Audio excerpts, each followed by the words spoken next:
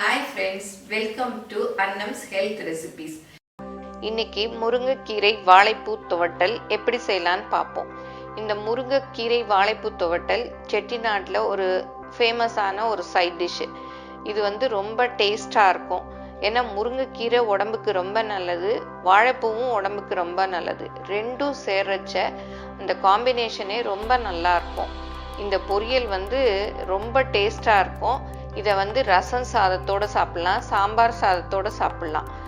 இப்போ எப்படி செய்யலான்னு பார்ப்போம். இதுக்கு தேவையான பொருள்: முருங்கைக்கீரை 1 கப், வாழைப்பூ 1 கப், துவரம்பருப்பு 3 டேபிள் ஸ்பூன், மஞ்சள் தூள் 1/2 டீஸ்பூன், தேங்காய் துருவல் 3 டேபிள் ஸ்பூன், சின்ன வெங்காயம் 10, உளுத்தம்பருப்பு 1/4 டீஸ்பூன், சீரகம் 1/4 டீஸ்பூன், காஞ்ச மிளகாய் 2, எண்ணெய் 2 டீஸ்பூன், உப்பு தேவையான அளவு.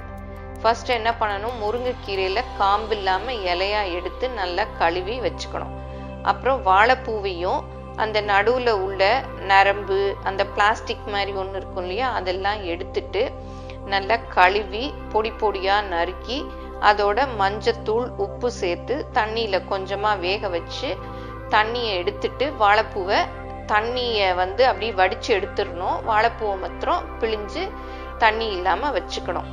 துவரம்பருப்போட மஞ்சள் பொடி போட்டு ஒரு 3/4 பதம், ஃபுல்லும் மாவாக வேக வைக்காம கொஞ்சமாக வேக வச்சு எடுத்து வச்சுக்கணும்.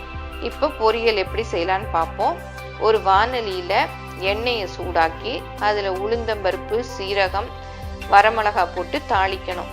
அது நல்லா பொரிஞ்ச உடனே வெங்காயம் இருக்கு இல்லையா, இதுக்கு சின்ன வெங்காயம் போட்டால் ரொம்ப டேஸ்டாக இருக்கும்.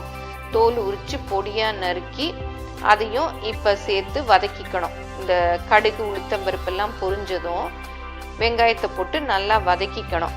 அப்புறம் முருங்கைக்கீரையும் போட்டு அதுக்கு தேவையான அளவு உப்பு போட்டு நல்லா வதக்கிக்கணும். ஏன்னா நம்ம வாழைப்பூவில் உப்பு போட்டு வேக வச்சிருக்கோம். அதனால இந்த முருங்கைக்கீரைக்கு மாத்திரம் உப்பு சேர்த்துக்கிட்டா போதும். போட்டு நல்லா முருங்கைக்கீரை வேகிற வரையும் வதக்கிக்கணும். முருங்கைக்கீரை வெந்த உடனே நம்ம வேக வச்சிருக்கோம் இல்லையா, அந்த வாழைப்பூ, வேக வச்ச துவரம்பருப்பு எல்லாத்தையும் போட்டு நல்லா மிக்ஸ் பண்ணணும். இந்த சமயம் உப்பு பத்துதா இல்லையான்னு பார்த்துக்கலாம். பத்தலைன்னா இப்போ சேர்த்துக்கலாம். நல்லா மிக்ஸ் ஆன உடனே தேங்காய் பூவையும் போட்டு நல்லா மிக்ஸ் பண்ணிட்டு இறக்கிடணும். இந்த பொரியல் ரொம்ப டேஸ்டாக இருக்கும். எல்லாரும் மறக்காமல் செஞ்சு பாருங்க. உங்களோட கமெண்ட்ஸை எங்களோட ஷேர் பண்ணுங்க. எங்கள் சேனலை மறக்காமல் சப்ஸ்கிரைப் பண்ணுங்க. தேங்க்யூ.